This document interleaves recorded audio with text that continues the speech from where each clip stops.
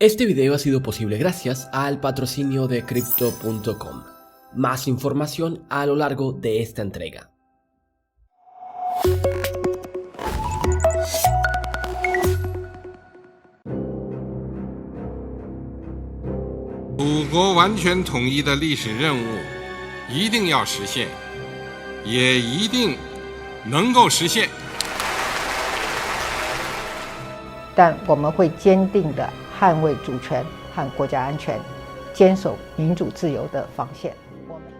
Después de la invasión de Ucrania, la guerra entre potencias mundiales dejó de ser un fantasma del siglo pasado para convertirse en un escenario bastante probable.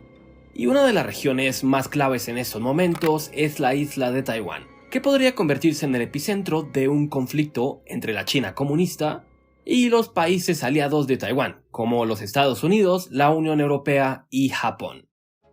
En este video trataremos de descifrar qué es lo que está ocurriendo. Sin embargo, dado que se trata de un canal de finanzas, intentaremos abordar el tema desde un ángulo más económico. Verás, Taiwán es un engranaje fundamental en la economía mundial, debido a su papel en la producción de semiconductores. Y tal vez no lo sepas, pero los semiconductores son una pieza fundamental en la producción de, básicamente todo. Desde coches y aviones hasta teléfonos móviles, superordenadores y todo tipo de armamento. Se trata de un componente tan importante que de hecho ha puesto en jaque a un gigante militar tan poderoso como Rusia, que se ha visto forzado a reutilizar partes de refrigeradores, lavadoras y maquinaria industrial en sus tanques de guerra debido al bloqueo que está sufriendo por parte de la comunidad internacional tras la invasión de Ucrania. Sin semiconductores no puedes producir ni tanques, ni misiles, ni nada de eso. Justo por eso es fundamental profundizar en la importancia de Taiwán en la economía mundial para entender un poco mejor qué es lo que está ocurriendo en estos mismos momentos. A pesar de que los semiconductores son un componente tan vital para todo tipo de dispositivos electrónicos, su cadena de suministro depende en gran medida de solo un puñado de actores clave.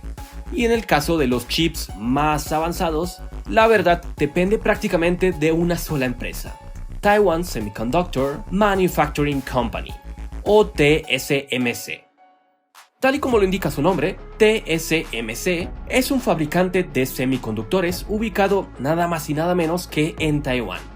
Lo importante a resaltar aquí es que aunque otras empresas como por ejemplo Apple desarrollan sus propios chips, casi siempre subcontratan a TSMC para que se encargue de la producción real. Y lo hacen porque fabricar chips es un proceso increíblemente complejo que requiere de un alto grado de especialización. TSMC y Taiwán en general llevan muchísimo tiempo perfeccionando la tecnología y el know-how necesario, y esto les sitúa décadas por delante de cualquier competidor. En términos de cuota de mercado, TSMC controla el 53,6% de la producción mundial de semiconductores. Su competidor más cercano vendría a ser Samsung, con solo un 16,3%.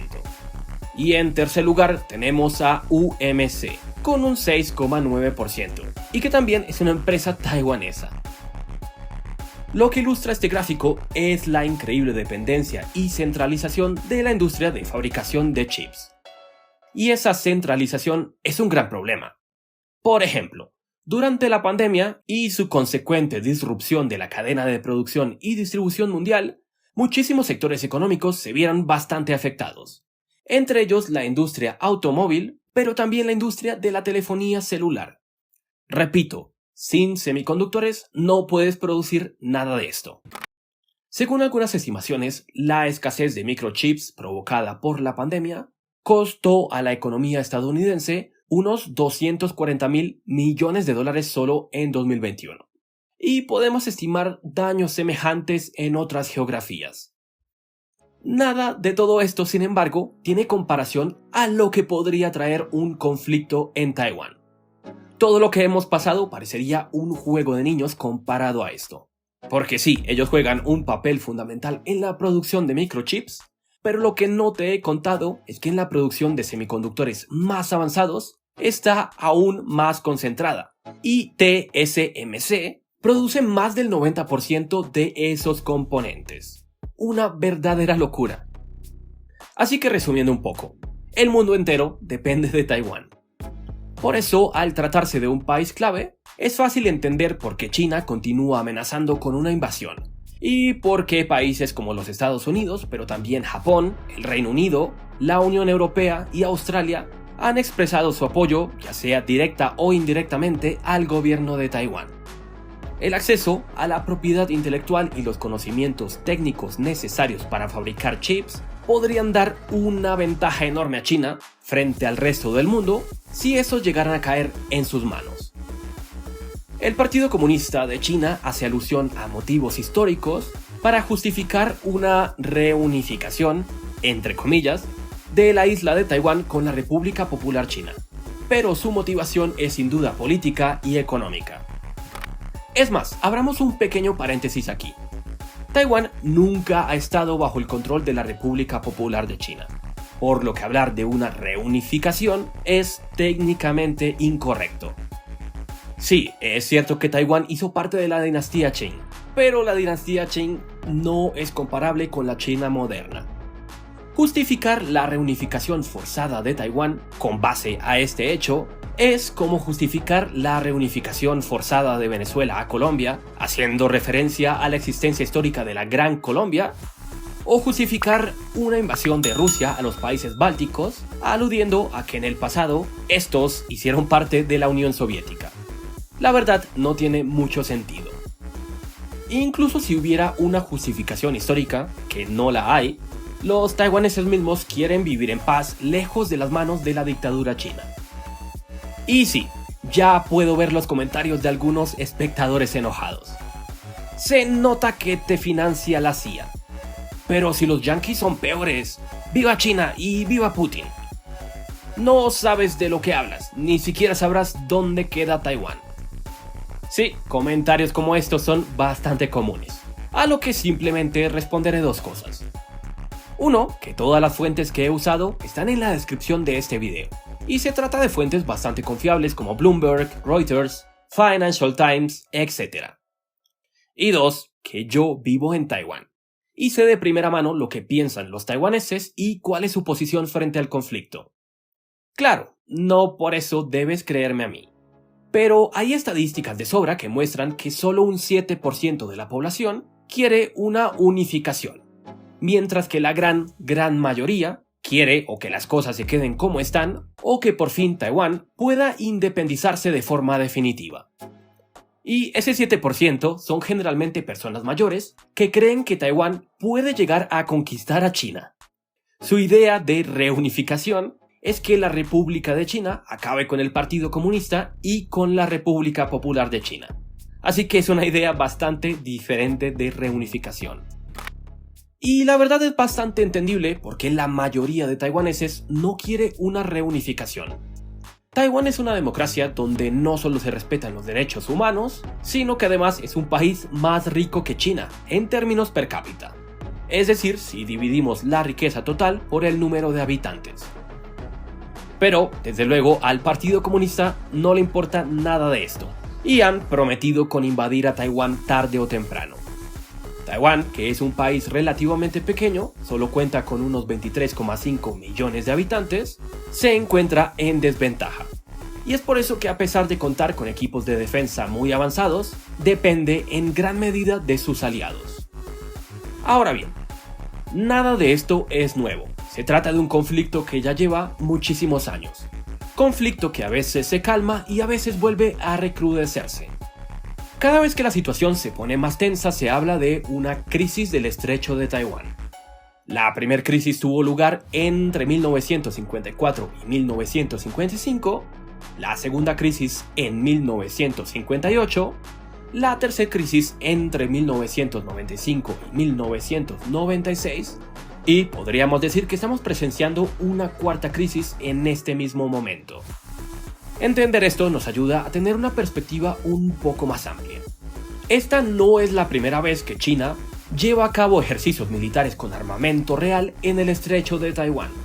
De hecho, estos dos mapas que ilustran las áreas de actividad se parecen bastante.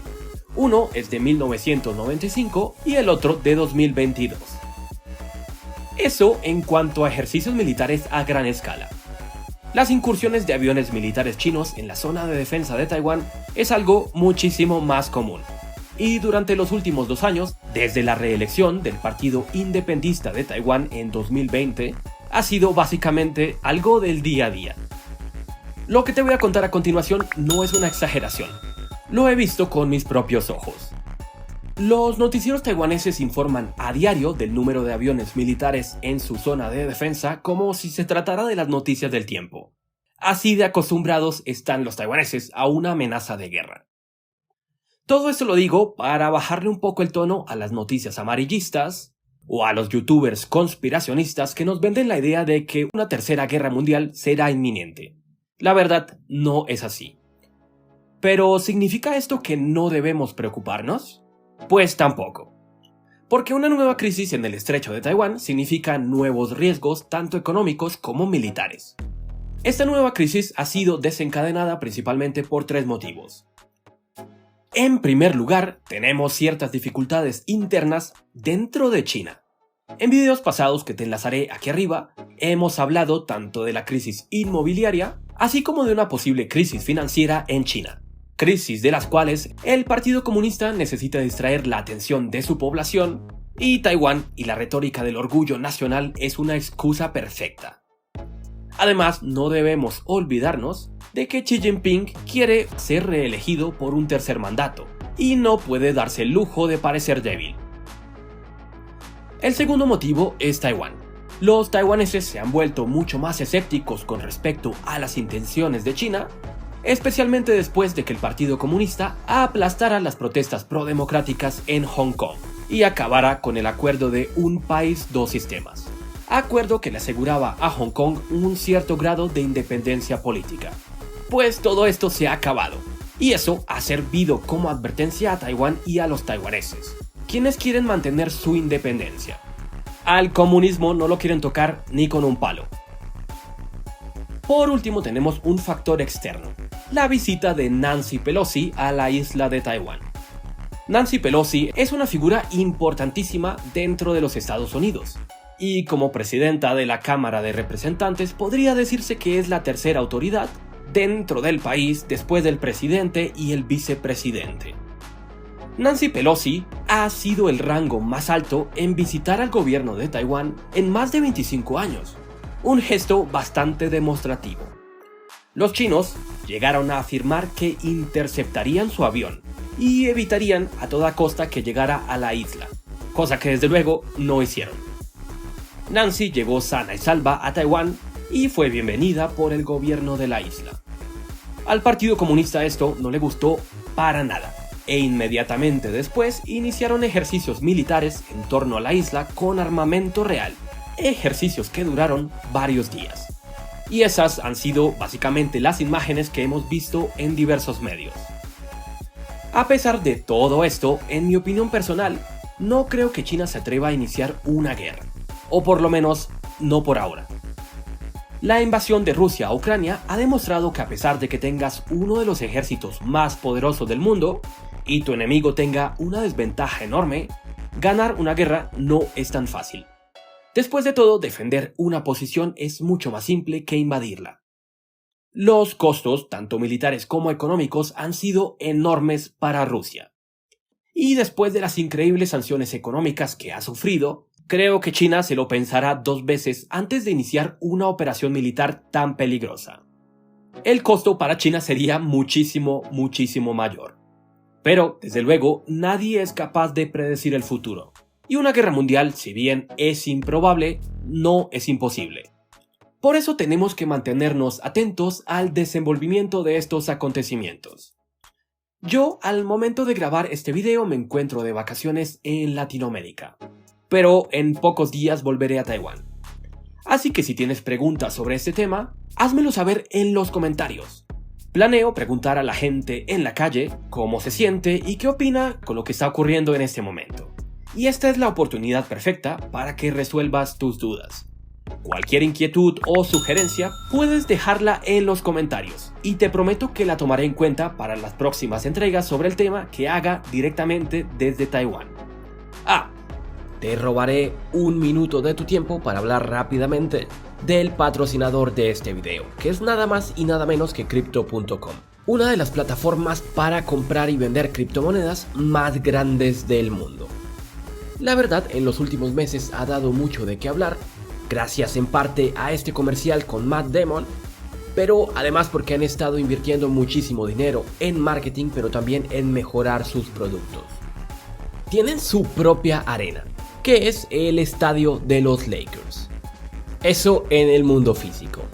En el mundo digital tiene una aplicación bastante fácil de utilizar que nos permite comprar básicamente cualquier criptomoneda imaginable.